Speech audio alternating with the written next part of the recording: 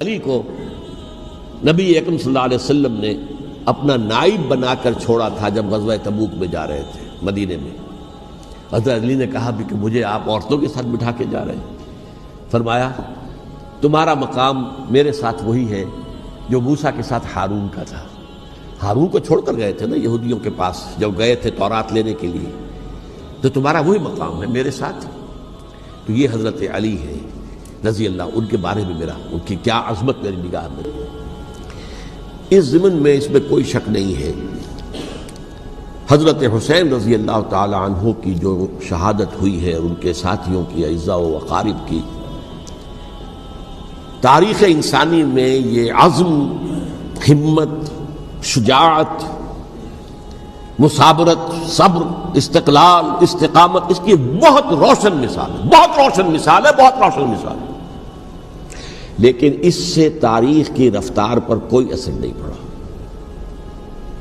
وہ جو ملوکیت آ گئی تھی وہ اور گہری سے گہری ہوتی چلی گئی. واقعہ کربلا کے بعد تو واقعہ ہررا ہوا میں نے گنوا دیا آپ کو, اس سے زیادہ تو میرے خیال میں کہ اور ہمارے لیے لائق شرم جو ہے کوئی واقعہ ہے ہی نہیں اس پہلو سے. لیکن حضرت حسین کا ایک, اب ان کو یہ کہ میں مطلب یہ کہ اگر میں ان کے ہاتھ پر بیعت کر لیتا ہوں جو کہ اس وقت سامنے موجود تھے کہ یزید کی بیعت تمہارے ہاتھ پر کرتا ہوں, تو گویا کہ اپنے آپ کو سرنڈر کر دیتے. لیکن انہوں نے قتل کیا. اصل قاتلان کوفی, وہی سبائی. البتہ یہ ہے کہ اس واقعے کی جو یادگار ہے اس میں کوئی شک نہیں ہے کہ اس نے مسلمانوں میں سے ایک گروہ کے دل میں قربانی اور شہادت کا جذبہ بہت پیدا کیا, اس میں کوئی شک نہیں. اور جس طریقے سے کہ عاشورہ محرم میں یاد منائی جاتی ہے, جس طریقے سے اس نے اہل تشیع کے اندر قربانی کا جذبہ بے انتہا پیدا کر دیا.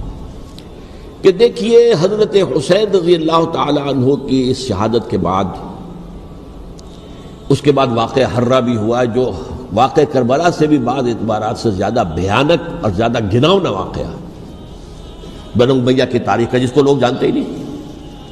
مدینے کے کچھ لوگوں نے بغاوت کی اور انہوں نے اس کے خلاف فوج بھیجی, اور فوج کو جب مدینہ فتح کر لیا 3 دن کے لیے حلال کر دیا, جو چاہو کرو, یہاں جسے چاہو مارو, جسے چاہو لوٹو, جس کا گھر چاہو برباد کرو, جس عورت کو چاہو ریپ کرو.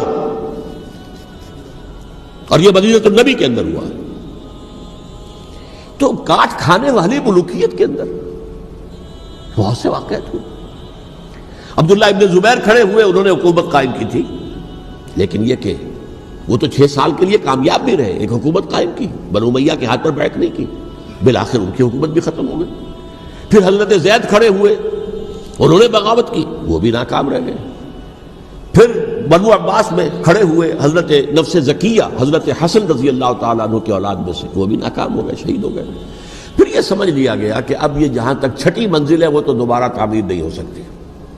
یہ تو جس کی لاٹھی اس کی بھینس, جس کے پاس طاقت ہوگی اس کی حکومت ہوگی, جس کا قبیلہ زیادہ قوی ہوگا, جس قبیلے میں زیادہ عصبیت ہوگی, مضبوط ہوگا, متحد ہوگا, طاقتور ہوگا, اسی کی حکومت ہوگی. البتہ اس کے نیچے لوگوں کے اخلاق کی اصلاح کرو. صوفیاء کرام نے وہ کام اپنے ذمے لیا, اور بالکل وہی کام ہے کہ جو ائمہ اہل بیت کرتے رہے. حضرت حسن کی اولاد میں پھر حضرت علی بن حسین رضی اللہ تعالی, حضرت حسین کی اولاد میں پھر امام محمد باقر, امام محمد جعفر صادق, اور اس کے بعد بھی 5 اور, کسی نے بغاوت نہیں کی. جیسے علماء کرام کام کر رہے تھے اور جیسے صوفیاء کرام کام کر رہے تھے, ایسے ہی وہ مسلمانوں کی علمی تربیت, روحانی تربیت و تزکیہ کر رہے تھے. کسی نے حکومت کو چیلنج نہیں کیا. نوٹ کر لیجیے اس بات کو.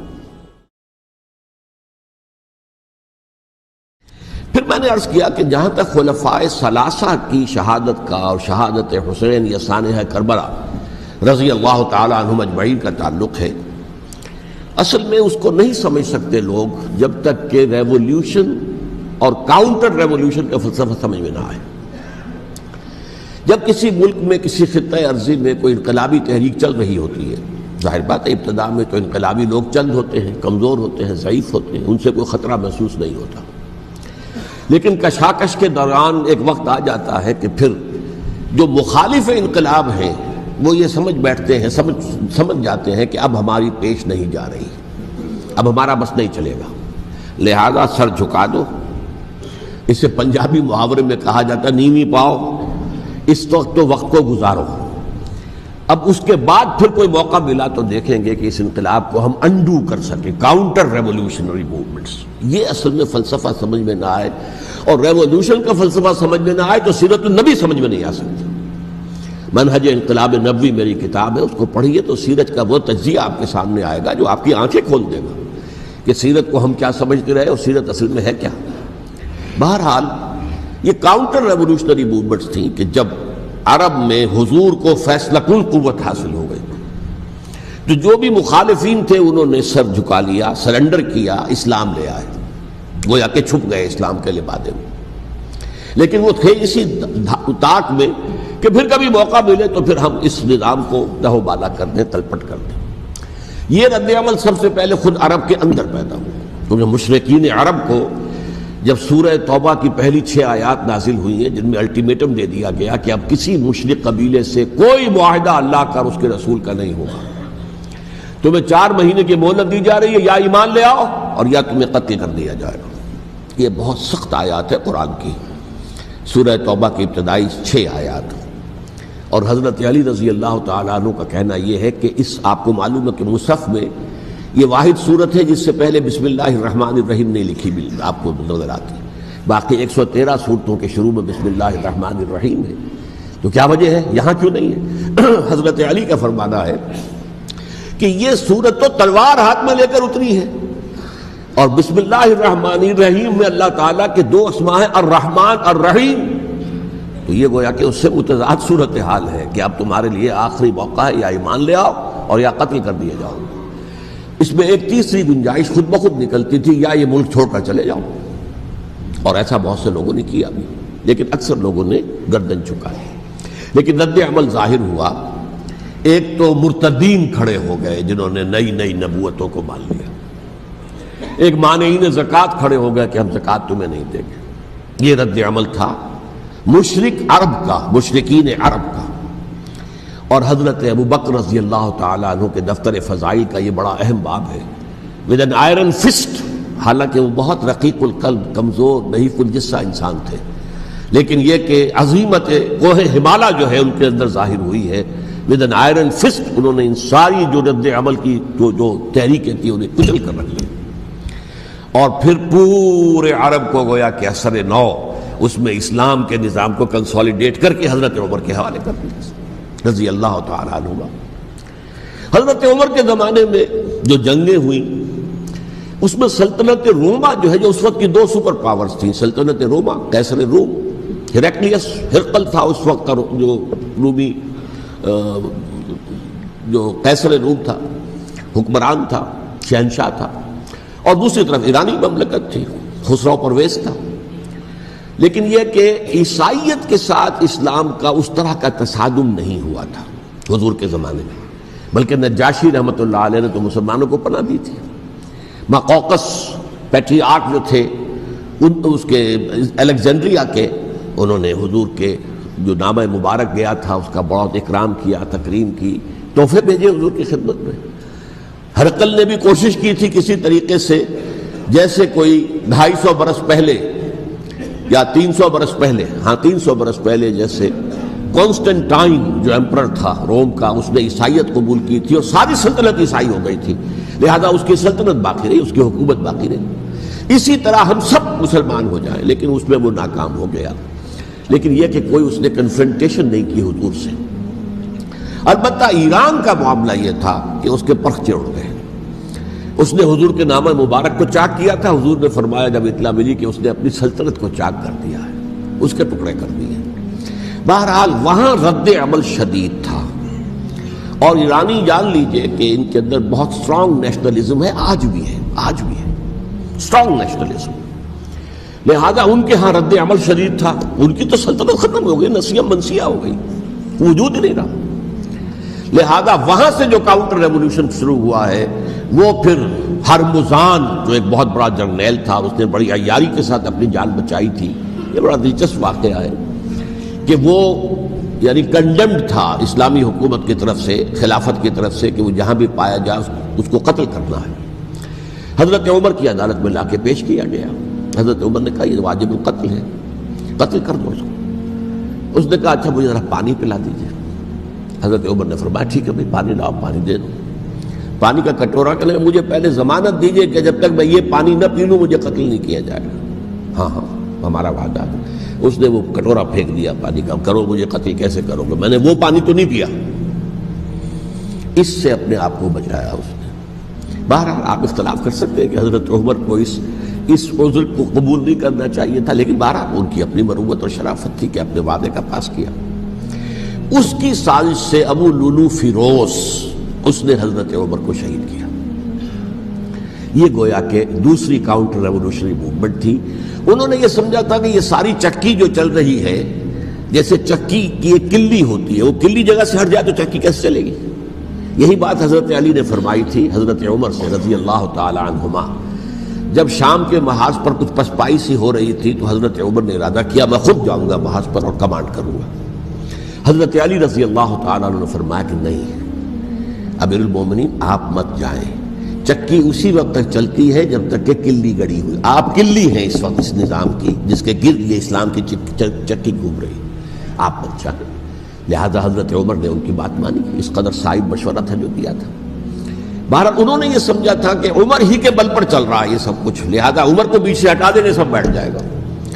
لیکن ظاہر بات ہے کہ محمد رسول اللہ کی بنائی ہوئی عمارت صلی اللہ علیہ وسلم اتنی کمزور نہیں تھی۔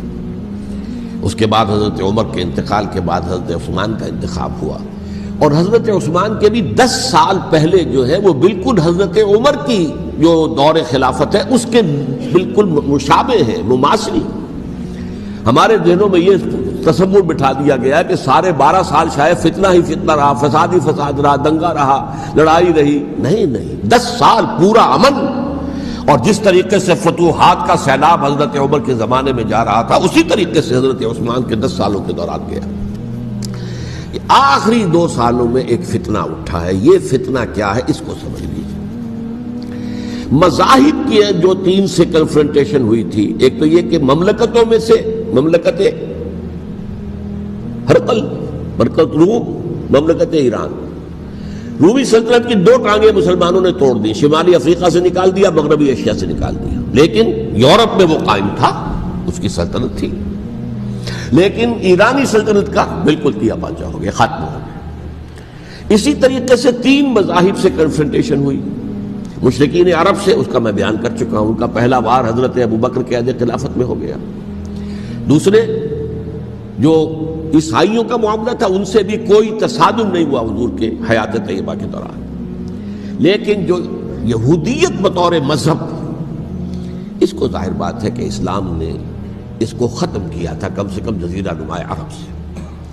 مدینے میں 3 قبیلے تھے جو اپنی غداری کی وجہ سے اور اپنی صلح کو توڑنے کے جرم کی پاداش میں 2 نکالے گئے، اور تیسرا جو ہے اس کے تمام جو جوان افراد تھے انہیں قتل کیا گیا۔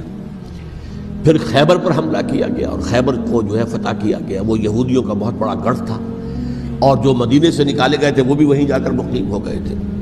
تو اس اعتبار سے، اور پھر یہودی اپنے آپ کو سمجھتے تھے اللہ کی طرف سے دنیا میں جو نمائندہ جو ہے امت وہ ہم ہیں، اب انہیں معزول کر کے امت محمد کو وہاں پر کھڑا کر دیا گیا صلی اللہ علیہ وسلم۔ لہذا وہ بہت زیادہ یوں سمجھیے ایگریوڈ، سب سے زیادہ جن کو گزند پہنچا ہے حضور کے دست مبارک سے، وہ یہودی تھے۔ لہذا ان کا جو رد عمل آیا ہے وہ ہے جس کے نتیجے میں حضرت عثمان شہید ہوئے، حضرت علی شہید ہوئے، حضرت حسین شہید۔ اب اس چیز کو اچھی طرح سمجھیے،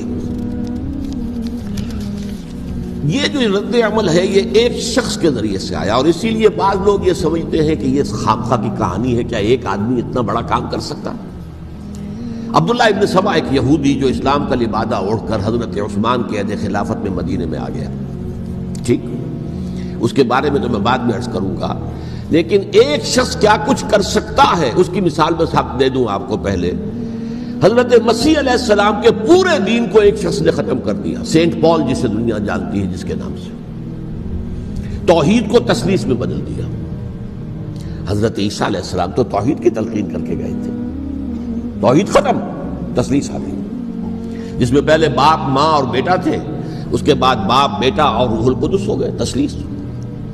نمبر 2، شریعت موسوی کو ساقط کر دیا، لہذا اب پالزم جو ہے کرسچینٹی نہیں رہی، وہ حضرت عیسیٰ کو کہہ کر گئے تھے کہ شریعت موسوی تم پر لاگو رہے گی، نافذ رہے گی، ساقط کر دیا۔ نمبر 3، اس نے عیسائیت کے دائرہ تبلیغ کو وسیع کر دیا، جنٹائلز یا گوئمز کے اندر بھی، غیر یہودیوں میں، حالانکہ حضرت مسیح کہہ کر گئے تھے کہ تمہیں صرف یہودیوں سے خطاب کرنا ہے، اور میں صرف اسرائیل کے گھرانے کی کھوئی ہوئی بھیڑوں کی تلاش میں آیا ہوں۔ اب آپ دیکھیے حضرت مسیح کے فوراً بعد اور حضرت مسیح کی زندگی کے دوران جب تک کہ وہ موجود تھے، وہ بدترین دشمن تھا حضرت مسیح علیہ السلام کا۔ بعد میں لبادہ اڑا، اور یہ کہ مجھے مکاشفہ ہوا ہے، مکاشفے میں مسیح سے میری ملاقات ہوئی ہے، میں ان پر ایمان لے آیا ہوں، اور پھر اس نے اپنے زہد اور دینداری کا جو بھی فراڈ تھا اس کے نتیجے میں اپنی حیثیت بنا لی، دین مسیحی کو بالکل ختم کر دیا۔ آج کہاں ہے وہ دین مسیحی؟ دی 100 کے مصنف نے بھی صاف لکھا ہے کہ جب تک حضرت مسیح دنیا کے اندر موجود تھے، عیسائیت کی حیثیت یہودیت نے ایک فرقے سے زیادہ نہیں تھی، یہودیوں کا ایک فرقہ، ایک جماعت، بس۔ یہ سینٹ پال ہے جس نے اسے ایک مستقل مذہب کی حیثیت اختیار کی ہے، تو اٹ شوڈ بی کالڈ پالزم، اور یہ ایک آدمی کا کارنامہ۔ اسی طریقے سے یہ تو ہو گیا حضرت مسیح کے فوراً بعد، رفع سماوی کے فوراً بعد۔ 1500 برس کے بعد ایک تحریک چلی ہے یورپ کے اندر، اصلاح مذہب، اور اس کی پشت پر بھی یہودی ذہن تھا۔ یہودی ذہن نے عیسائیت کو 2 حصوں میں تقسیم کر دیا، کیتھولک اینڈ پروٹیسٹنٹس، اور پروٹیسٹنٹس کو اپنا اعلی کار بنایا۔ یہ ایک علیحدہ مضمون ہے جس پر میں تفصیل میں نہیں جانا چاہتا، میری کتاب بھی موجود ہے اس موضوع پر، سابقہ اور موجودہ مسلمان امتوں کا ماضی، حال و مستقبل، اس میں میں نے تفصیل بیان کی۔ یہ جو تقسیم ہوا ہے تو وہ پہلی بات ایک یہودی، جیسے کہ علامہ اقبال نے، مارکس بھی تو ایک یہودی تھا نا، تو ابلیس کی مجلس شورا میں بڑا پیارا شعر ہے، وہ یہودی فتنہ گر، وہ روح مصدق کا بروز، ہر قبا ہونے کو ہے اس کے جنوں سے چاک چاک۔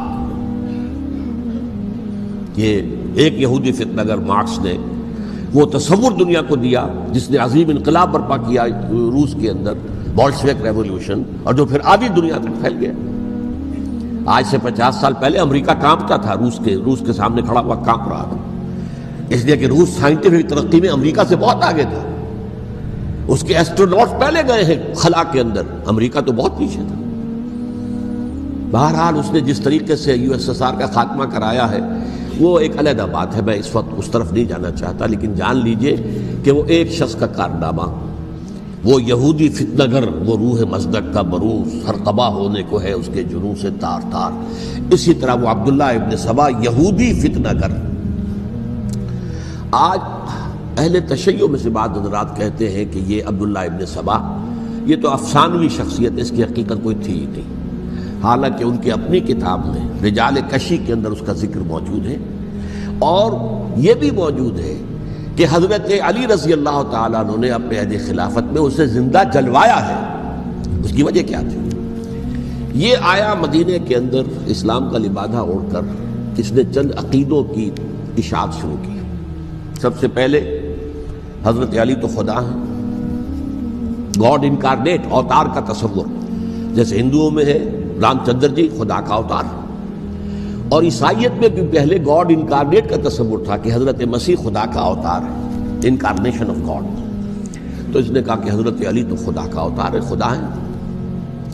نمبر 2، اس نے کہا کہ ہر نبی کا ایک وصی ہوتا ہے جس کے حق میں وہ وصیت کرتا ہے، تو حضور صلی اللہ علیہ وسلم کے وصی حضرت علی ہیں، لہذا خلیفہ تو اول روز سے حضرت علی ہیں، حضرت ابو بکر، حضرت عمر، حضرت عثمان، یہ تو غاصب ہے، اور حضرت عثمان کی خلافت تھی اس وقت خاص طور پر۔ پھر اس نے جو قبائلی عصبیت تھی اسے بھڑکایا۔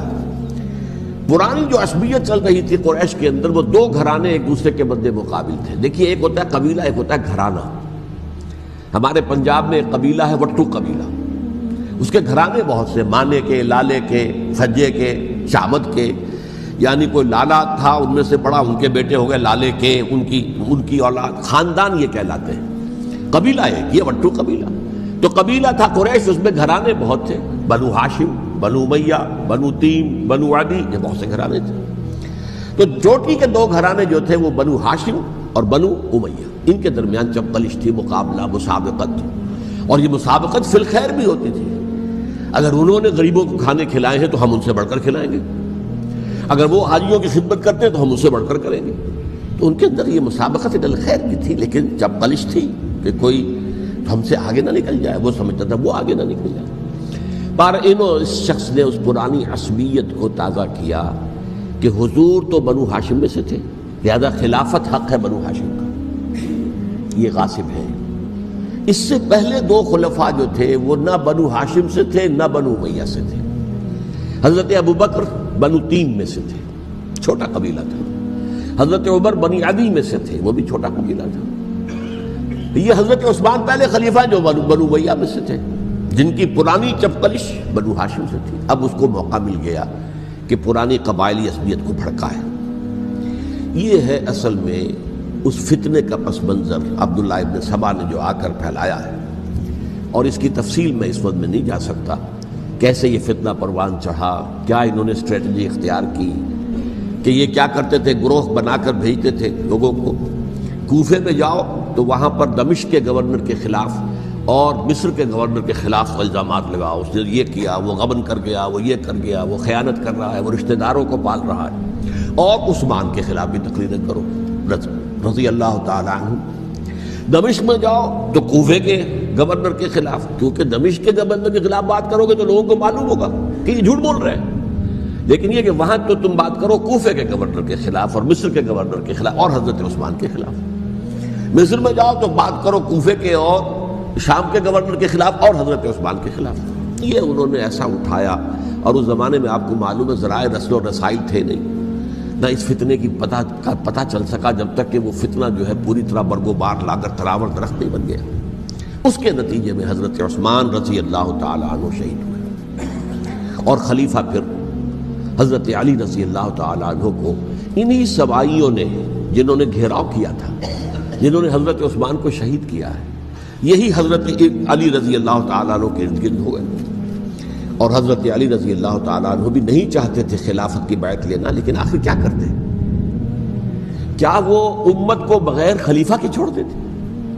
حضرت زبیر سے کہا گیا، انہوں نے نہیں مانا، رد کر دی بات۔ حضرت طلحہ سے کہا گیا، انہوں نے نہیں مانا۔ حضرت علی سے کہا گیا، اب عشرہ مبشرہ میں سے یہی تو تھے نا، لہذا انہوں نے تسلیم کر لیا، خلافت ہو گئی۔ لیکن اس کے بعد جو خانہ جنگی ہوئی ہے، اس خانہ جنگی کے نتیجے میں نوٹ کر لیجئے کہ 1,00,000 کے قریب مسلمان ایک دوسرے کی تلواروں اور نیزوں اور برچھیوں اور تیروں سے ختم ہو گئے، ہلاک ہو گئے۔ یہ ہماری تاریخ کا تاریک ترین باب ہے۔ 5 سال، 4.5 سال حضرت علی کی خلافت کے، اور 6 مہینے حضرت حسن کی خلافت کے رضی اللہ تعالی عنہ۔ اس سے کیا ہوا کہ ایک طرف تو اسلام کی جو توسیع ہو رہی تھی، تھمتا نہ تھا کسی سے سیل رواں ہمارا، وہ سیلاب رک گیا، انٹرنل سیبوٹاج ہو گئی نا، اب تو اندر ہی آپس ہی میں اگر دست و گریبان ہو گئے تو باہر اب کیا توسیع کرتے ہیں، وہ توسیع کا عمل رک گیا۔ اور یوں سمجھیے کہ جیسے ٹرک اگر کبھی چل رہا ہو، بھرا ہوا ہو، لوڈڈ، اور وہ چڑھائی چڑھ رہا ہو، تو اگر کہیں موشن ٹوٹ جائے، ٹرک کو رکنا پڑے، تو ڈرائیور کے جان پر بن جاتی ہے، اس لیے کہ اس کو دوبارہ سٹارٹ کرنا، اور جبکہ وہ چڑھائی پر ہے، انکلائن پر ہے، آسان کام نہیں ہوتا، خطرہ ہوتا ہے وہ پیچھے جو ہے وہ نہ جائے۔ اور پہاڑی علاقوں میں آپ کو معلوم ہے ذرا پیچھے چلے جانے کا مطلب جو ہے بہت خطرناک جو ہے نتیجہ نکل سکتا ہے۔ بہرحال حضرت علی رضی اللہ تعالیٰ عنہ نے اپنے خلافت میں ایک کام یہ کیا، اب اس کی کیا مصلحتیں تھیں یہ تو انہی کے علم میں ہوگا، ہم قیاس کر سکتے ہیں، میں اس میں نہیں جانا چاہتا۔ ابھی تک خلافت کا مرکز تھا مدینہ منورہ، حضرت ابوبکر، حضرت عمر، حضرت عثمان، وہیں جہاں حضور صلی اللہ علیہ وسلم رہے تھے اور جہاں پر کہ حضور مدفون تھے۔ لیکن حضرت علی نے اپنا مرکز جو ہے وہ کوفہ بنا دیا۔ اچھا، اس کی ایک ظاہری وجہ یہ سمجھ میں آتی ہے کہ اسلام کا جو پھیلاؤ ہو گیا تھا، وہ سلطنت اتنی وسیع ہو گئی تھی کہ مدینہ منورہ بہت جنوب میں اور بڑے صحرا کو عبور کر کے جانا ہوتا تھا۔ کوفہ جبکہ ایسی مقام پر تھا کہ جہاں سے مشرقی راستہ جا رہا ہے ایران کو، عراق، ایران، عراق کے اندر تو ہے وہ شہر کوفہ، اور پھر ایران اور خراسان اور ہندوستان کو راستہ جا رہا ہے، وہیں سے شمال کی طرف جا رہا ہے، شام کی طرف اور ترکی کی طرف، اور وہاں سے پھر یہ کہ مغربی افریقہ کو بھی کنٹرول کرنا، جو شمالی افریقہ کو وہ بھی آسان تھا۔ بہرحال حضرت علی نے کوفہ کو اپنا مرکز بنایا، اور نتیجہ یہ ہوا کہ سبائیوں کا بھی مرکز وہی بن گیا، چونکہ انہوں نے اپنے آپ کو گردا گرد رکھا حضرت علی کے رضی اللہ تعالیٰ عنہ۔ اب ظاہر بات ہے کسی پرٹیکولر پرسن کے خلاف تو کوئی مقدمہ موجود تھا نہیں، بلکہ جب جنگ جمل ہو رہی تھی، ابھی جنگ نہیں ہوئی تھی، حضرت عائشہ، حضرت طلحہ، حضرت زبیر وہ لے کر آئے تھے ایک لشکر اس مطالبے کے لیے کہ حضرت عثمان کے قاتلوں کو سزا دی جائے، قصاص لیا جائے۔ حضرت علی رضی اللہ تعالیٰ عنہ سے گفت و شنید ہو رہی تھی، حضرت علی جو ہے اس پر آمادہ ہو گئے کہ ٹھیک ہے، میں جو بھی قاتلین عثمان ہیں ان کو گرفتار کر کے سزا دوں گا۔ این اسی وقت کوفے کی مسجد کے اندر جو ہے 10,000 کا مجمع کھڑا ہو گیا، ہم سب قاتل عثمان ہیں، لو ہم سے بدلہ کہاں سے لوگے؟ اور انہوں نے کیا کیا، جاتے ہی جنگ چھیڑ دی، اور جب چھڑ جائے تو یا مرو یا مارو، اس کے علاوہ تو کوئی چارہ کار ہوتا ہی نہیں۔ ایک رات میں 10,000 مسلمان شہید ہوئے، جن میں 2 عشرہ مبشرہ میں سے حضرت زبیر اور حضرت طلحہ رضی اللہ تعالیٰ۔ تو یہ صورت تھی، سبائیوں نے گھیراؤ کیا حضرت علی کا رضی اللہ تعالیٰ۔ حضرت معاویہ دعوے دار نہیں تھے خلافت کے، قطعاً نہیں، ان کا صرف ایک دعویٰ تھا، اور وہ یہ تھا کہ عثمان کے قاتلوں کو گرفتار کرو، یا خود سزا دو یا ہمارے حوالے کرو، ہم اس سے قصاص لیں گے۔ اس لیے کہ قبیلہ بنو امیہ کا تھا، اور حضرت ابی معاویہ بنو امیہ میں سے، تو ایک خاندانی طور پر جو ہے ہم قصاص لیں گے ان سے جنہوں نے قتل کیا ہے حضرت عثمان کو۔ لیکن یہاں ظاہر بات ہے کہ حضرت علی رضی اللہ تعالیٰ عنہ کی طرف سے مطالبہ یہ ہوتا تھا، تم پہلے میری بیعت کرو، میرے ہاتھ مضبوط کرو تاکہ میں ان کے خلاف کوئی اقدام کر سکوں۔ لیکن انہیں یہ اندازہ تھا کہ اگر میں نے بیعت کی تو ظاہر بات ہے کہ حضرت علی تک پہنچنے سے پہلے مجھے گردن اڑا دیں گے یہ لوگ، اس لیے کہ سبائی جو ہے وہ آپ کو گھیرے ہوئے۔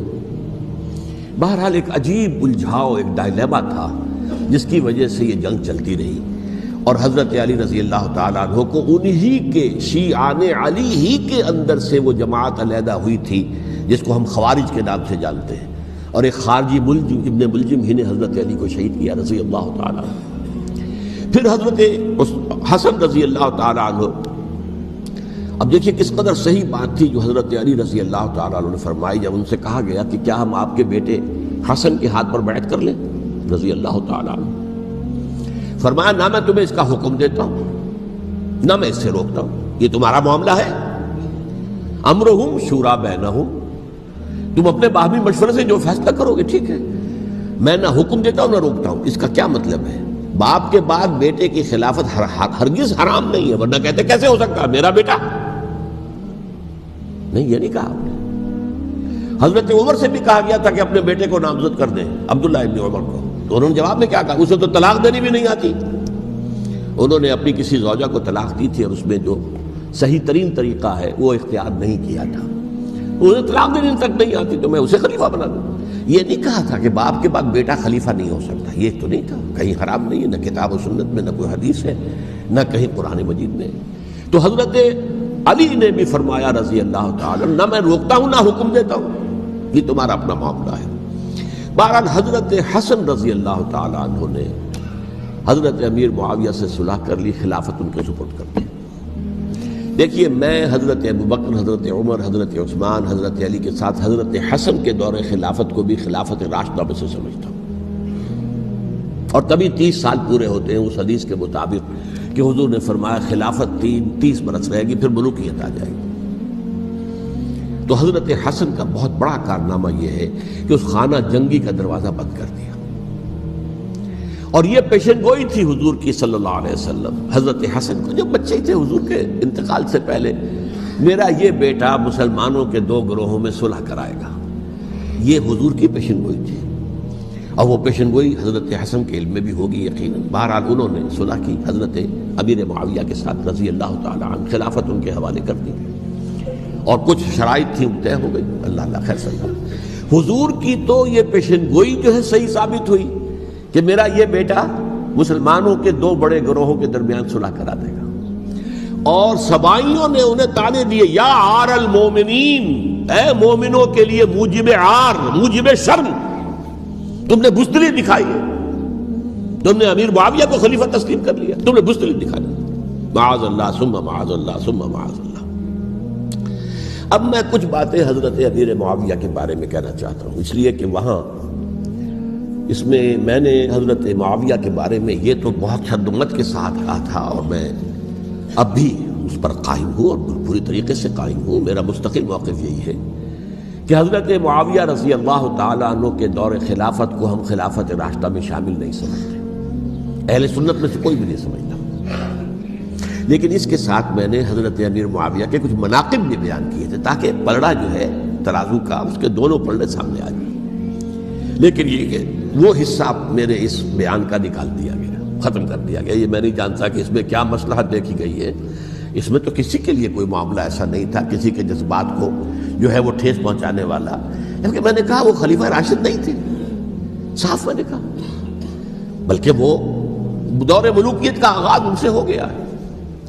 بلکہ جب ایک صاحب نے یہ کہا کہ کربلا کے بعد سے دور ملوکیت آ رہی تھی، تو میں نے کہا نہیں جناب، دور ملوکیت تو 20 سال پہلے پوری ہو چکی تھی، شروع ہو چکی تھی۔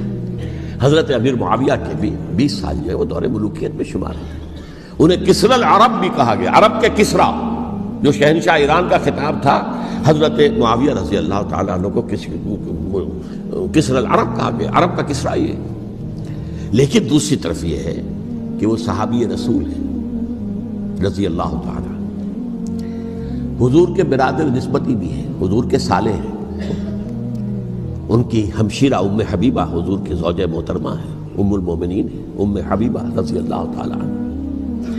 پھر کس قدر معتمد علیہ تھے حضور کے کہ کاتبان وحی میں شامل تھے، وحی کی کتابت کرنے والے چند لوگ تھے جنہیں کہ حضور کہتے تھے کہ اب یہ آیت لکھ لو، ان میں سے ایک امیر معاویہ بھی رضی اللہ تعالیٰ۔ تو بڑے توازن کی ضرورت ہے۔ دیکھیے صحابہ کرام کا جہاں تک تعلق ہے، اہل سنت کا موقف یہ ہے کہ صحابہ تو کلہم عدول، صحابہ سب کے سب نیک نیت ہیں، اور ان کی روایت جو ہے قبول کی جائے گی، رد نہیں کی جائے گی، ان پر کوئی جرح و تعدیل نہیں ہوگی، اس لیے کہ ان کا تزکیہ محمد الرسول اللہ صلی اللہ علیہ وسلم نے کیا تھا۔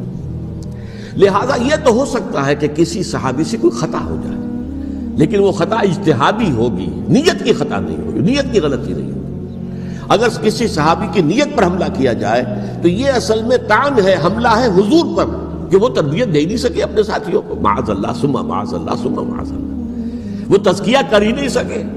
3 جگہ جو قرآن میں آیا ہے یتلو علیہم آیاتہ ویزکیہم، تو کیا تزکیہ کیا؟ اگر ان کے قریب ترین ساتھی جو تھے، اگر ان کے اندر بھی بدنیتی تھی اور دنیا کی طلب تھی اور دنیا کے اندر اقتدار حاصل کرنے کا جذبہ تھا، تو پھر کیا تزکیہ کیا؟ معاذ اللہ ثم معاذ اللہ۔ لہذا صحابہ سب کے سب عدول ہیں، اور ان سے اختلاف ممکن ہے، لیکن ان کی نیت پر حملہ نہیں ہو سکتا۔ تو حضرت امیر معاویہ کی شخصیت ایک چیز ہے، آپ کا دور خلافت دوسری چیز ہے۔ شخصیت کے اعتبار سے صحابی رسول ہیں، برادر نسبتی ہیں حضور کے صلی اللہ علیہ وسلم، اور پھر یہ کہ اس قدر معتمد علیہ ہے صحابہ میں سے کہ وہ کاتبان وحی، یہ عام آدمی کے کرنے کا کام نہیں تھا جو وحی کی کتابت کرے، اللہ کے کلام کی۔ البتہ یہ ہے کہ جیسا کہ میں نے عرض کیا، ان کا دور خلافت راشدہ نہیں ہے، وہ ملوکیت کا دور ہے۔ یہ میں نے جیسا کہ عرض کیا، میں نے ایک صاحب نے جب یہ کہا کہ ملوکیت شروع ہو رہی تھی، میں نے کہا شروع نہیں ہو رہی تھی، ملوکیت تو 20 سال پہلے شروع ہو چکی تھی۔ اسی طریقے سے ایک صاحب نے کہا تھا اسلام کو قائم کرنے کے لیے حضرت حسین میدان میں آئے، میں نے کہا یہ بھی غلط ہے، اسلام تو 60 سال پہلے قائم ہو چکا تھا، نبی اکرم صلی اللہ علیہ وسلم کے دست مبارک سے اسلام قائم ہو گیا، جاء الحق وزهق الباطل ان الباطل کان زہوقا، پھر 30 برس تک وہ کامل شکل کے اندر قائم رہا۔ تو اسلام جو ہے وہ جو ہے در حقیقت اب قائم کرنے والی بات نہیں تھی، البتہ اس کے اندر زوال شروع ہو گیا تھا، اس زوال کے عمل کو روکنے کے لیے حضرت حسین میدان میں آئے۔ تو یہ ایک چیز کو صحیح تاریخی پرسپیکٹو میں رکھنا، تو جس طرح سے دین کو قائم کرنے کے لیے دیکھیے قائم تو کیا محمد رسول اللہ صلی اللہ علیہ وسلم والذین معہ رضی اللہ تعالیٰ عنہ، انہوں نے کیا تھا۔ ہاں اب جو ہے وہ اپنی اس شاندار حیثیت سے نیچے گرنے لگا تھا، وہ میں بعد میں عرض کروں گا کہ میں نے اس سے کیا عرض کیا تھا کہ یہ اس زوال کو روکنے کے لیے کسی طریقے سے یہ اپنی اصل حقیقت پہ قائم رہے، یہ حضرت حسین رضی اللہ تعالیٰ عنہ کی سعی تھی۔ اچھا، حضرت امیر معاویہ کے جو 20 سال ہیں وہ پورے امن، سکون، اطمینان، کوئی جھگڑا، کوئی فساد، کوئی اختلاف، کوئی باہمی فانت نہیں، کچھ نہیں، 20 سال۔ یہ بھی تاریخ کی بڑی چشم کشا حقیقت ہے جو عام طور پر لوگوں کے علم میں نہیں ہے۔ سبائی بھی دبکے رہے، حضرت امیر معاویہ کی حکومت اتنی مضبوط تھی، کنٹرول، کہ ان کو کچھ سر اٹھانے کا موقع نہیں ملا۔ موجود تھے، دبکے رہے، جیسا کہ میں نے کہا ریولوشن کے آخری مرحلے پر آ کر جو مخالفین ہیں وہ دب جاتے ہیں کہ پھر دیکھیں گے، موقع ملے گا تو پھر لیں گے ان سے حساب کتاب۔ 20 سال رہے ہیں پورے امن کے۔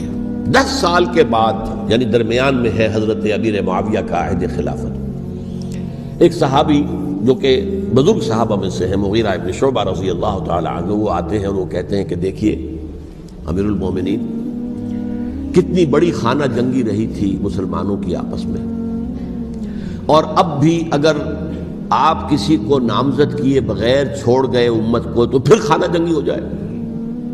1 لاکھ اس وقت جو ہے وہ ہلاک ہوئے تھے، نہ معلوم اب کتنے ہلاک۔ لہٰذا آپ اپنی زندگی ہی میں نامزد کر دیجئے کسی کو خلیفہ، ولی عہد بنا دیجئے۔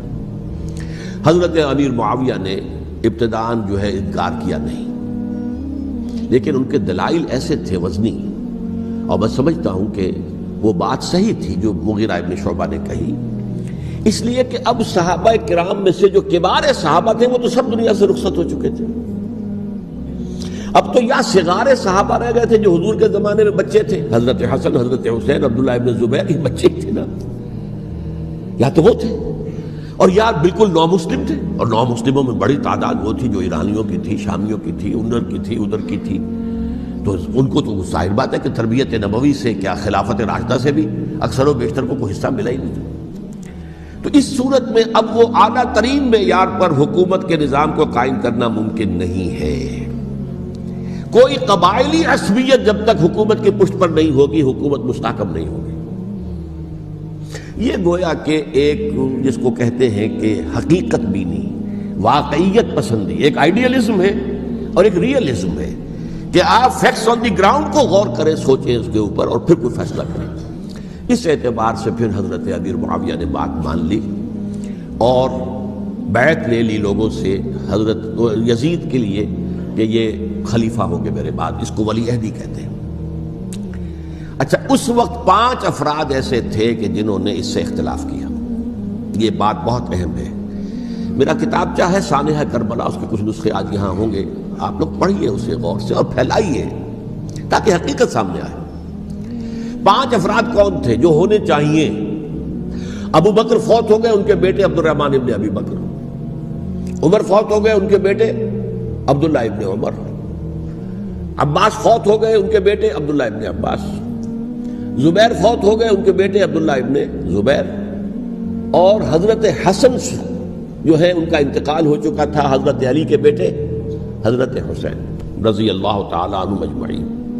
حضرت حسن کے بارے میں ایک فریق کا کہنا یہ ہے کہ انہیں زہر دے کر ہلاک کیا گیا، اہل تشیع کا قول یہ ہے، جبکہ اہل سنت کہتے ہیں کہ نہیں، وہ اپنی جو بھی طبی وہ موت تھی اس سے ان کی وفات۔ لیکن میں اس میں نہیں جانا چاہتا، اس لیے کہ یہ مائکرو ہسٹری جو ہے نا، وہ تو ایک ایک واقعے کے لیے ادھر کی روایات کیا ہیں، ادھر کی کیا ہیں، ان کے پاس کیا دلائل، یہ تو کسی ریسرچ اسکالر کا موضوع ہے، میرا موضوع نہیں ہے۔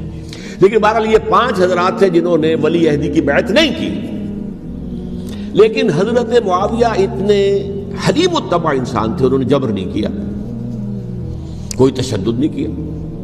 ٹھیک ہے، ولی عہدی کی بیعت نہیں کر رہے، کوئی بات نہیں، میری بیعت تو کی ہوئی ہے نا، ابھی تو میں زندہ ہوں، بات ختم ہو گئی، میری بیعت کو تو نہیں توڑا انہوں نے، فسخ بیعت نہیں کی۔ اس اعتبار سے انہوں نے نہ کوئی تشدد کیا، نہ جبر کیا، نہ کوئی مواخذہ کیا۔ لیکن جب امیر معاویہ کا انتقال ہو گیا، اب ولی عہدی کی بجائے وہ اب خلافت کی بیعت ہوئی، سب لوگوں نے بیعت کر لی۔ ان 5 میں سے ایک فوت ہو چکے تھے، حضرت عبد الرحمن ابن ابی بکر فوت ہو چکے رضی اللہ تعالی۔ 4 تھے، ان 4 میں ایک اختلاف ہوا۔ 2 کی رائے یہ تھی، عبداللہ ابن عمر، عبداللہ ابن عباس، کہ اگرچہ یہ کام غلط ہوا ہے اسلام کی روح کے منافی ہوا ہے، یہ بادشاہت کی بنیاد پڑ رہی ہے، لیکن یہ بات ایسی نہیں ہے کہ اس کی بنا پر ہم خانہ جنگی شروع کروا دیں امت کے اندر، خون خرابہ کروائیں، فساد کروائیں۔ لہذا انہوں نے بیعت کر لی۔ اب کوئی اگر یہ کہے معاذ اللہ کہ وہ بک گئے تھے یزید کے ہاتھوں، معاذ اللہ ثم معاذ اللہ، وہی بات آپ اختلاف کر سکتے ہیں کہ انہیں نہیں کرنی چاہیے تھی، یہ کوئی رائے رکھے، مجھے اختلاف نہیں، لیکن ان کی نیت پر حملہ کریں گے تو حملہ محمد رسول اللہ پر ہوگا صلی اللہ علیہ وسلم۔ عبداللہ ابن عمر کون ہیں؟ کتنی حدیثیں ان سے جو ہے وہ منقول ہیں۔ عبداللہ ابن عباس کون ہیں؟ جنہیں حضور نے جو ہے جن کے لیے دعا کی تھی، اے اللہ فقہہ فی الدین وعلمہ التاویل، اے اللہ اس نوجوان کو دین کا فہم عطا کر اور قرآن کی تاویل اور تفسیر کا علم عطا کر، حبر الامہ کہلاتے ہیں۔ وہ کہیں پیسوں اور ٹکوں کے عوض بک جانے والے نہیں تھے، انہوں نے امت کی مصلحت دیکھی، نیت جو ہے اس پر حملہ نہ کیجئے، البتہ اختلاف کا حق آپ کو حاصل ہے۔ دو حضرات جو ہے ڈٹے رہے کہ نہیں، ہمیں کم وقت میں ریزسٹ کرنا ہے۔ عبداللہ ابن زبیر عمر کے اعتبار سے وہ بڑے ہیں، مسلمانوں میں سب سے پہلے ولادت مدینے میں جا کر جو ہوئی ہے وہ عبداللہ ابن زبیر کی ہوئی ہے۔ ہجرت کر کے جب مہاجرین وہاں پہنچے، کچھ عرصے تک کسی کے ہاں کوئی اولاد نہیں ہوئی، تو لوگوں نے تانے دینے شروع کر دیے کہ معلوم ہوتا ہے کہ یہاں آ کر یہ مکے کے رہنے والے جو ہیں کمزور ہو گئے ہیں، ان کے ہاں اولاد ہی نہیں ہو رہی۔ پھر عبداللہ ابن زبیر کی ولادت ہوئی ہے، یہ حضرت ابو بکر کے نواسے ہیں، حضور کی زوجہ محترمہ حضرت عائشہ کی بہن، حضرت دیکھیے ابھی نام نکل گیا ہے جی، حضرت اسماء رضی اللہ تعالی عنہا عنہما، یہ ان کے صاحبزادے ہیں، حضرت زبیر کے بیٹے۔ ان کا فیصلہ ہوا کہ ہمیں ریزسٹ کرنا ہے کم وقت میں، ایٹ اینی کاسٹ۔ حضرت حسین ابن علی رضی اللہ تعالی عنہما کا بھی فیصلہ ہوا کہ ہمیں ریزسٹ کرنا ہے کم وقت میں۔ البتہ ان میں بھی ایک اختلاف ہو گیا، یعنی یہ دو تو جڑے رہے، ان دو میں اختلاف ہو گیا۔ عبداللہ ابن زبیر کا کہنا یہ تھا کہ ہمیں حجاز میں رہنا چاہیے، یہ سرزمین ہے جس میں نبوت کی برکات سب سے زیادہ ہیں، یہاں ہم مضبوط قلعے کے اندر ہیں، ہمیں یہاں سے جو ہے ریزسٹ کرنا چاہیے اور ختم کرنا چاہیے اس نظام کے اندر جو خرابی آ گئی اس کو۔ حضرت حسین رضی اللہ تعالیٰ عنہ کے پاس خطوط کا تانتا بنا ہوا تھا، کوفے سے لوگ خط لکھ رہے تھے، آئیے آئیے آئیے، ہم آپ کے ہاتھ پر بیعت کریں گے، ہم آپ کے ہاتھ پر بیعت کریں گے، ہم آپ کے ہاتھ پر بیعت کریں گے۔ یہی وہ کوفہ جو حضرت علی کا دارالخلافہ رہا تھا اور جو پھر سبائیت کا گڑھ بن گیا تھا۔ چنانچہ حضرت حسین نے حضرت مسلم بن عقیل کو بھیجا وہاں پر کہ میرے نمائندے کی حیثیت سے جا کر وہاں پر بیعت لو۔ 10-12 ہزار افراد نے بیعت کر لی، لیکن اس کے بعد یزید کی طرف سے گورنر بنا کے بھیجا گیا ابن زیاد کو۔ ابن زیاد نے آ کر جو تشدد کیا اور سختی کی تو سب کے سب بیعت توڑ کر اور سب منحرف ہو گئے۔ مخلصین تو وہ تھے نہیں، الکوفی لایوفی، کوفی جو ہے وہ تو کوئی وعدہ وفا کرنے والا ہوتا ہی نہیں، بیعت توڑ دی۔ فمن نقص فانما ينقص على نفسه، بیعت کے بعد بیعت توڑ دینا بہت بڑا گناہ ہے، توڑ دی۔ ادھر اطلاع مل گئی حضرت حسین کو، چل چکے تھے وہ، راستے میں تھے کہ وہاں تو مسلم بن عقیل شہید ہو گئے اور سب لوگوں نے بیعت توڑ دی۔ اب واپس جانا چاہتے تھے لیکن مسلم بن عقیل کے بیٹے جو ہے اڑ گئے۔ یہ عرب کی اپنی ایک جو ہے پرانی ان کی حمیت اور ان کا قبائلی نظام کہ اب ہم اپنے والد کے خون کا قصاص لیے بغیر نہیں جائیں گے۔ حضرت حسین رضی اللہ تعالیٰ عنہ کی مروت اور شرافت کے لیے میرا ساتھ دینے کے لیے آئے تھے، اب میں ان کا ساتھ نہ دوں تو یہ تو شرافت اور مروت کے خلاف ہے۔ کہا اچھا چلو چلتے۔ وہاں جا کر بھی عین اپنے میدان کے اندر بھی حضرت حسین رضی اللہ تعالیٰ عنہ نے 3 چیزیں پیش کی ان کوفیوں کے لشکر کے خلاف۔ سب سے بڑا لشکر کے اندر سب سے بڑے تو کوفی تھے جنہوں نے بیعتیں کی ہوئی تھی حضرت حسین کے ساتھ۔ دیکھو مجھے جانے دو واپس حجاز کی طرف،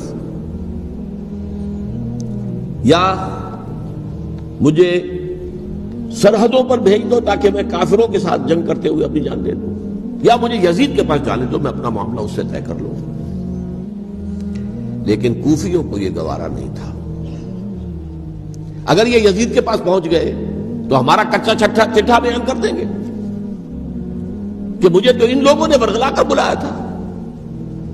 اس لیے کہ دیکھیے حضرت امیر معاویہ کے 20 سالوں کے دوران میں بتا چکا ہوں، ان کی حکومت اتنی مستحکم تھی کہ اس کے خلاف کوئی فتنہ اٹھانا ممکن نہیں تھا.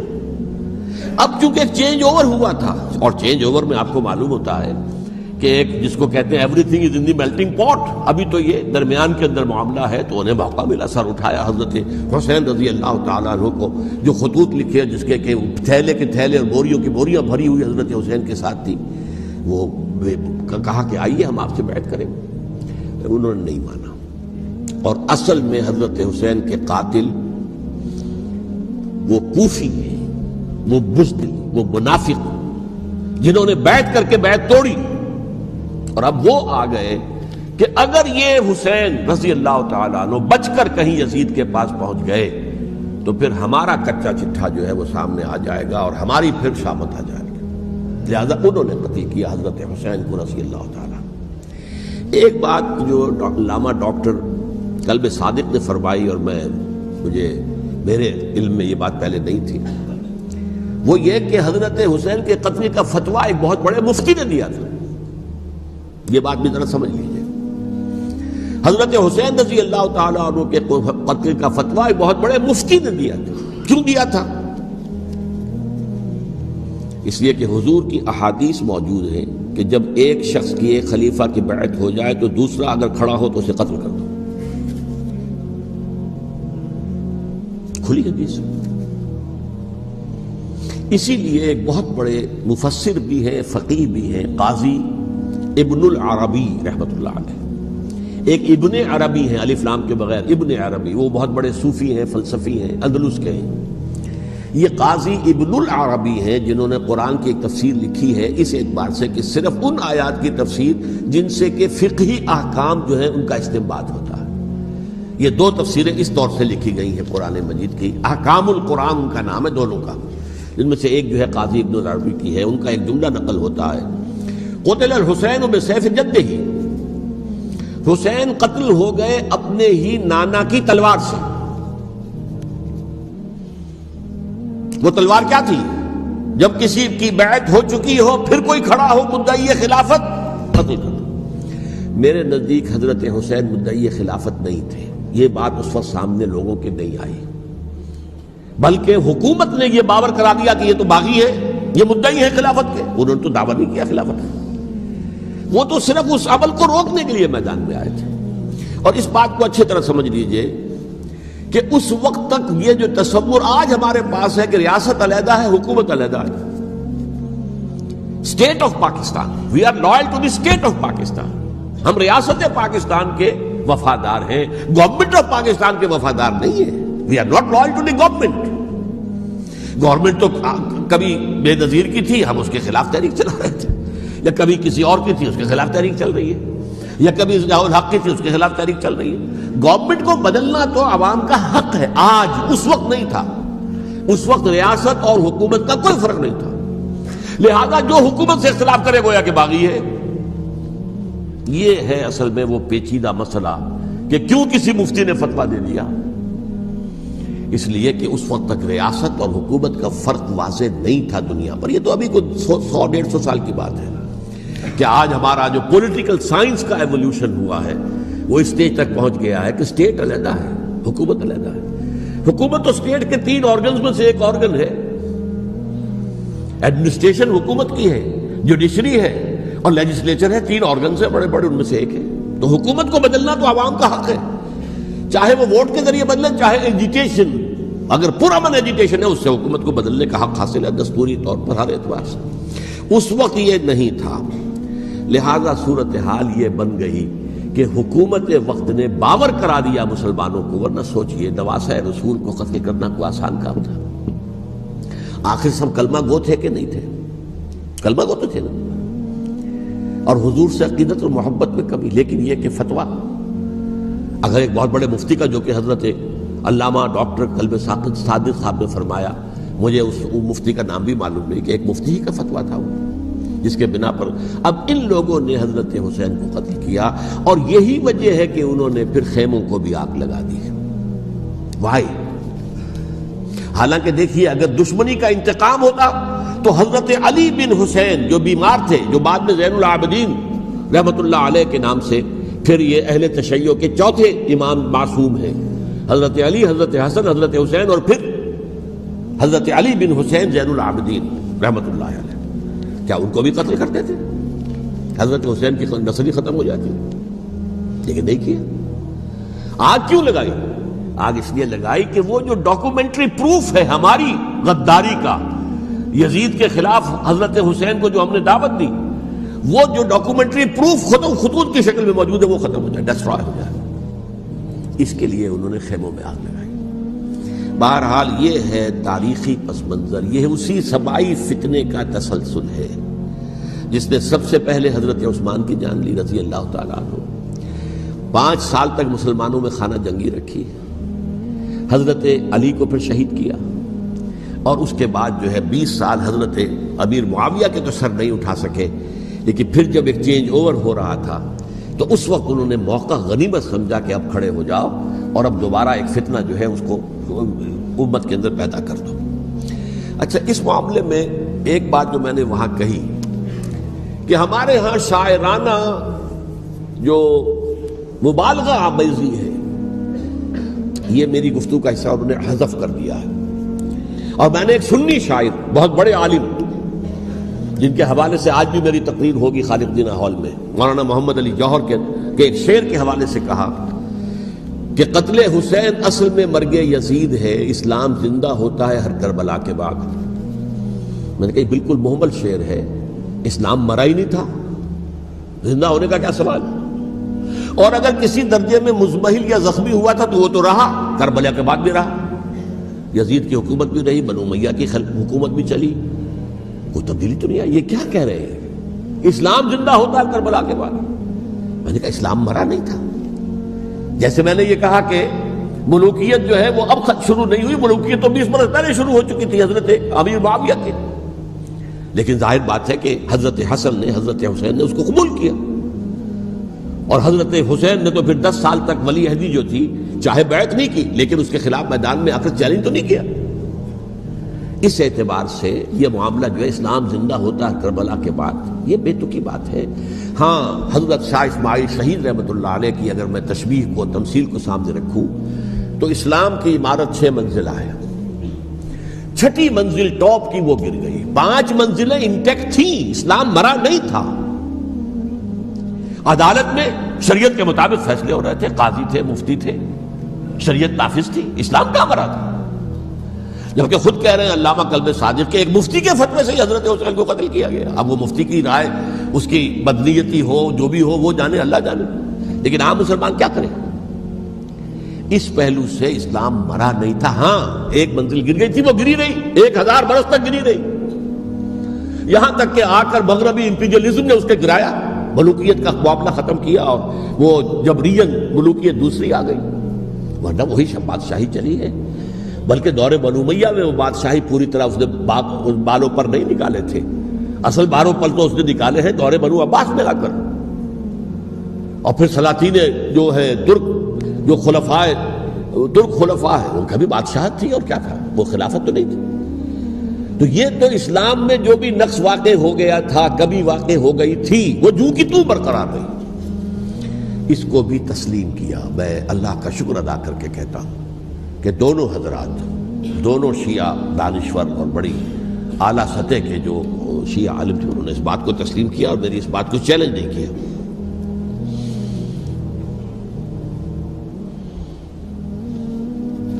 اصل میں تیسری بات میں نے یہ کہی کہ دیکھیے حضرت حسین رضی اللہ تعالی عنہ کی اس شہادت کے بعد،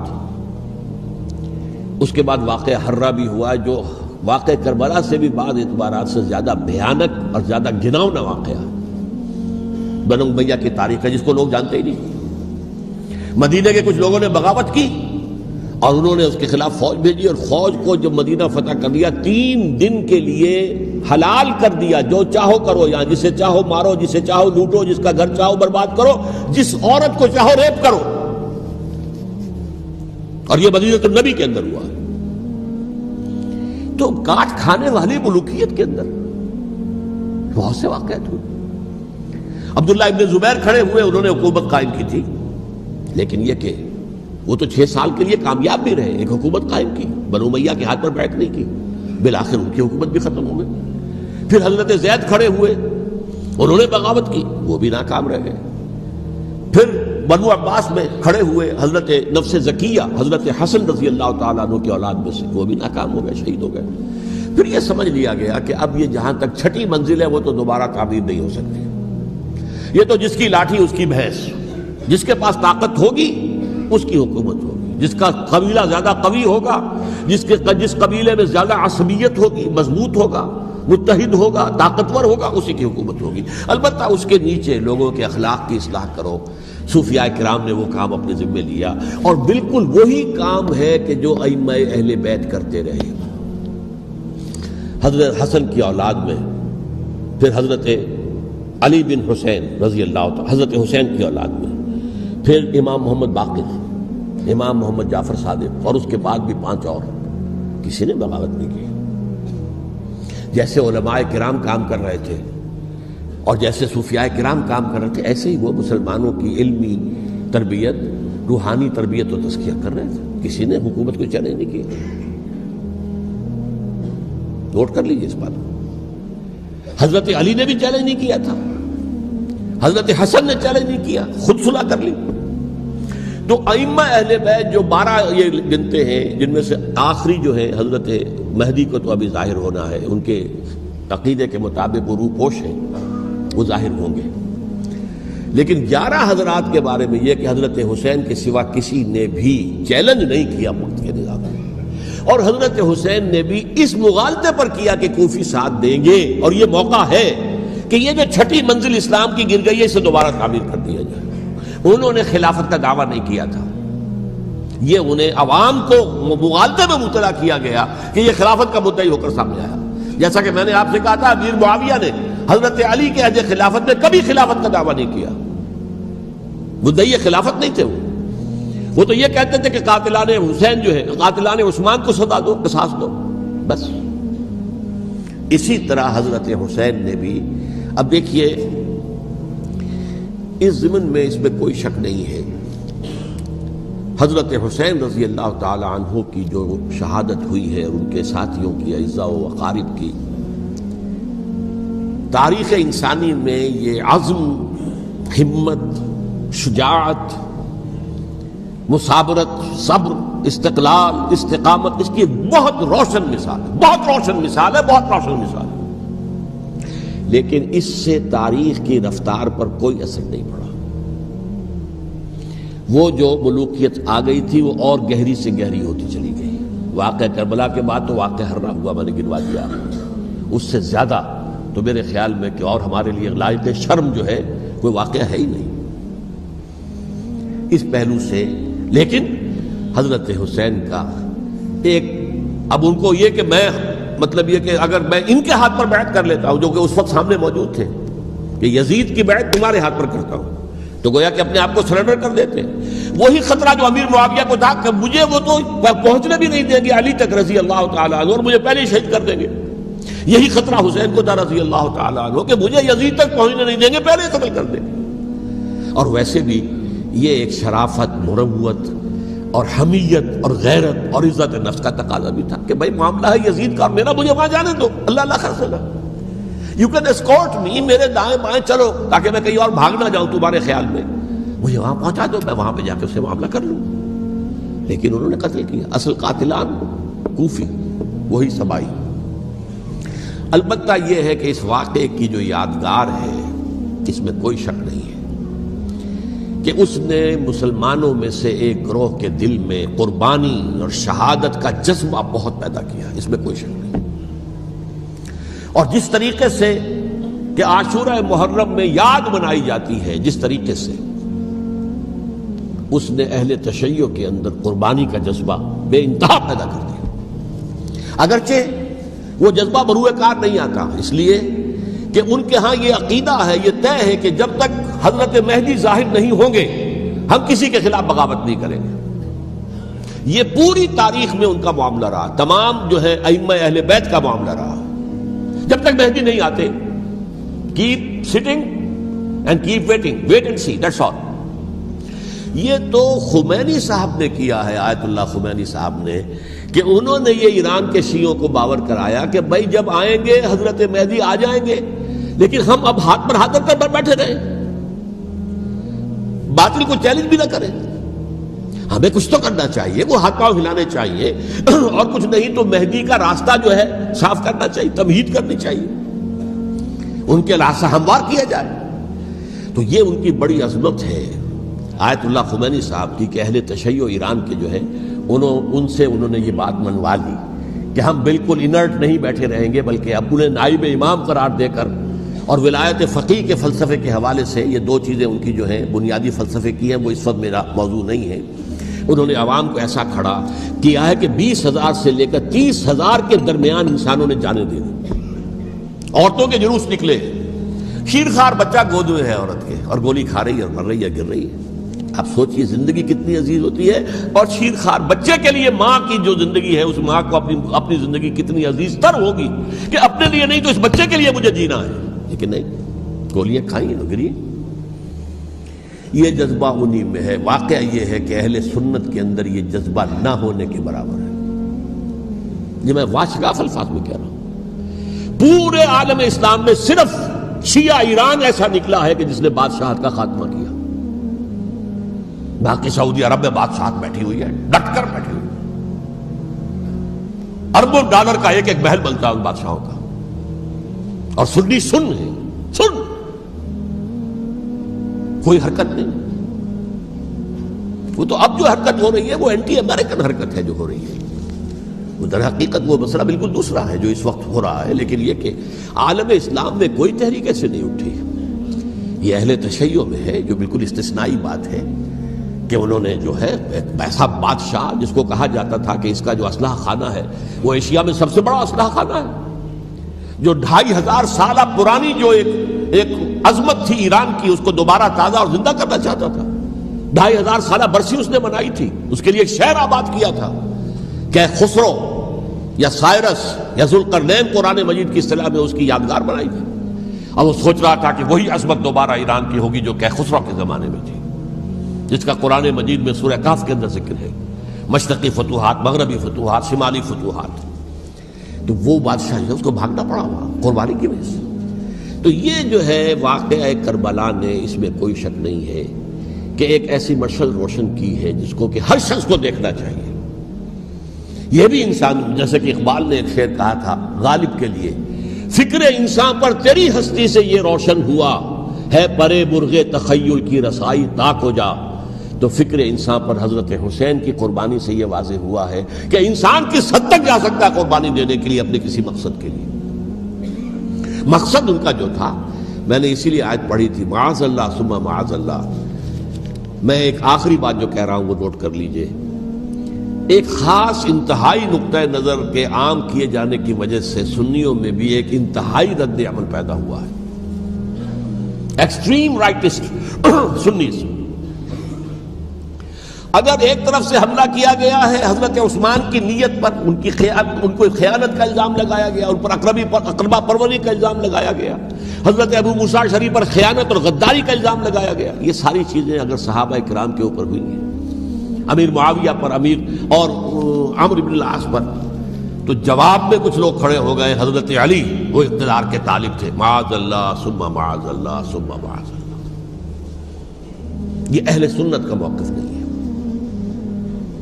حضرت حسین اقتدار کے طالب تھے، ہرگز نہیں، ہرگز نہیں، ہرگز نہیں۔ وہی اصول جو میں نے بتایا تھا سب کے لیے لاگو رہے گا، وہ امیر معاویہ کے لیے ہے تو حضرت علی کے لیے بھی ہے، حضرت حسین کے لیے بھی ہے۔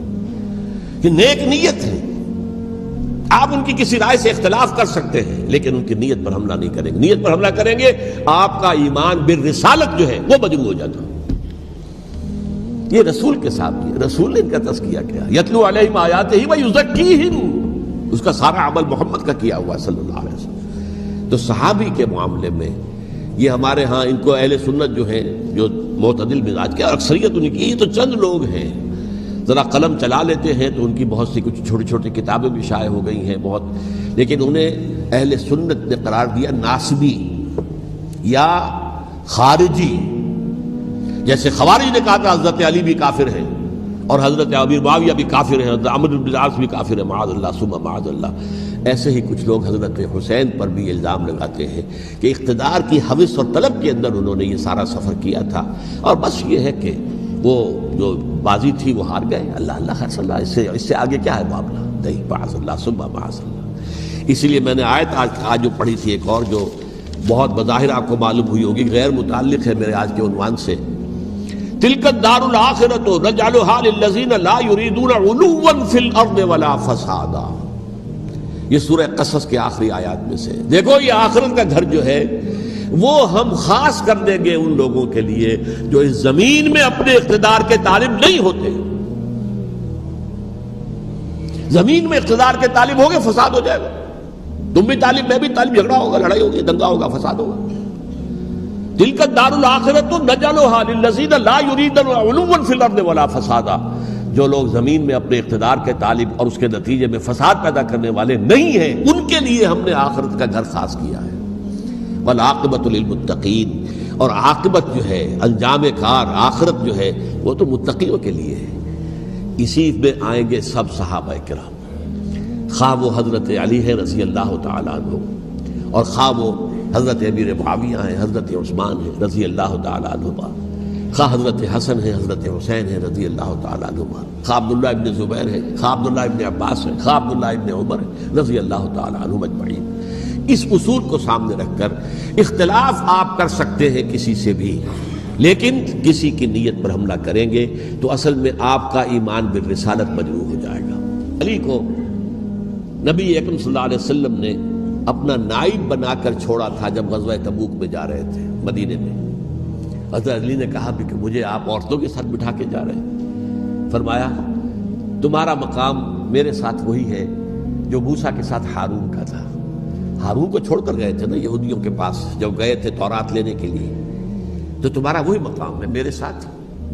تو یہ حضرت علی ہے رضی اللہ، ان کے بارے میں میرا، ان کی کیا عظمت میری نگاہ میں۔ تو یہ 3 کتابچے ہیں، مجھے نہیں معلوم تیسرا یہاں ہے یا نہیں ہے، بہرحال آپ لوگوں کو ریکمینڈ کر رہا ہوں کہ ان کا مطالعہ کریں۔ اب یہ کہ آخری بات یہ ہے کہ اصل ہمارے کرنے کا کام کیا ہے۔ دیکھیے کیوں نہیں کیا کسی نے بھی خروج کا معاملہ، وہ میں واضح کر چکا ہوں، بغاوت نہیں کی۔ کیوں؟ ایک تو ریاست اور حکومت میں فرق نہیں تھا، ذرا کھڑا ہو اور وہ باغی قرار پائیں گے، واجب القتل ہو جائیں گے، فتوے کی زد میں آ جائے، یہ معاملہ تھا۔ اور دوسرے یہ کہ عمارت پوری گری نہیں تھی، ایک منزل گری تھی نا۔ آج ہم کہاں کھڑے ہیں؟ پوری عمارت گری ہوئی ہے، نہ شرعی عدالتیں ہیں، نہ شرعی فیصلے ہیں، نہ احکام الہی نافذ ہے، نہ حدود اور قصاص کے معاملات ہیں، کچھ بھی نہیں۔ ہمارا فرض کیا ہے؟ حضرت حسین کی مدح کرتے رہیے، تعریف کرتے رہیے، صحابہ کرام کی مدح کرتے رہیے، مدح صحابہ، اس کے لیے مجلسیں قائم ہو رہی۔ بھائی کر کیا رہے ہو؟ تھے تو آبا وہ تمہارے ہی، مگر تم کیا ہو؟ ہاتھ پر ہاتھ دھرے منتظر فردا ہو۔ تلک امۃ قد خلت لہا ما کسبت ولکم ما کسبتم۔ وہ تو ایک امت تھی جو چلی گئی، اللہ کے ہاں پہنچ گئے، جو کچھ انہوں نے کمایا وہ ان کے لیے، تمہارے لیے نہیں ہے۔ تمہارے لیے وہ ہوگا جو تم کماؤ گے۔ ہمارے لیے راستہ اب یہی ہے کہ خلافت راشدہ کے مکمل نظام کو اثر نو قائم کرنے کے لیے منہج انقلاب نبوی کو اختیار کریں۔ میری کتاب اس پر، کیسٹس اس پر، آڈیو کیسٹس، ویڈیو کیسٹ، سی ڈیز، نہ معلوم ڈی وی ڈی، سب کچھ موجود۔ سیرت النبی پر تو میں عرض کر چکا ہوں، فلسفہ سیرت النبی سمجھنا ہے تو میری کتاب پڑھیے، ورنہ سیرت النبی آپ پڑھ لیں گے، واقعات معلوم ہو جائیں گے، فلسفہ سیرت سامنے نہیں آئے، اس کا آپ مطالعہ کریں گے میری کتاب سے۔ اور دوسرے یہ کہ یہ خلافت قائم کرنے کے لیے جو جد و جہد ہم کر رہے ہیں، تحریک خلافت پاکستان جس کا میں داعی ہوں ادنا سا، وہ تنظیم نہیں ہے، میں اس کا امیر نہیں، وہ ایک تحریک ہے۔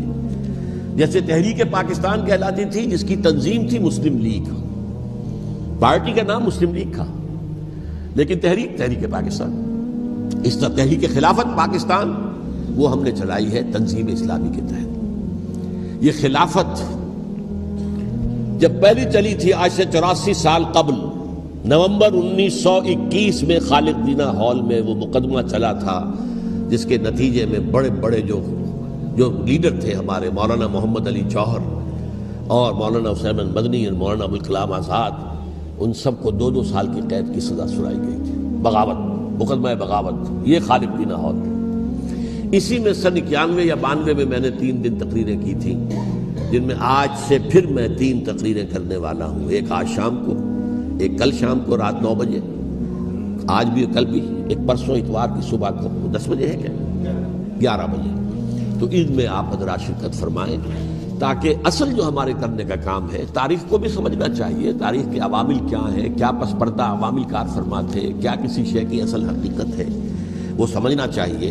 لیکن یہ ہے کہ اس اعتبار سے میں نے جب یہ لفظ استعمال کیا تھا اس مذاکرے میں، لپ سروس، کہ یہ ہم صرف لپ سروس کرتے رہے، مدح کے بیان کرتے رہے، منقبت بیان کرتے رہے، حضور کی نعتیں کہتے رہے، تو اس سے تو بات نہیں بنے گی جب تک کہ وہ فرض منصبی شہادت علی الناس کا جو ہمارے ذمے ہے بحیثیت امت محمد صلی اللہ علیہ وسلم اس کو ادا نہ کرے۔ مجھے خوشی ہے کہ اس کی بھی تائید دونوں حضرات نے کی، ہاں یہ لپ سروس کا معاملہ ہے۔ اللہ تعالی حضرت حسین کے نقش قدم پر چلتے ہوئے، بلکہ اصل میں تو ہمارے لیے اسوہ رسول ہے محمد صلی اللہ علیہ وسلم۔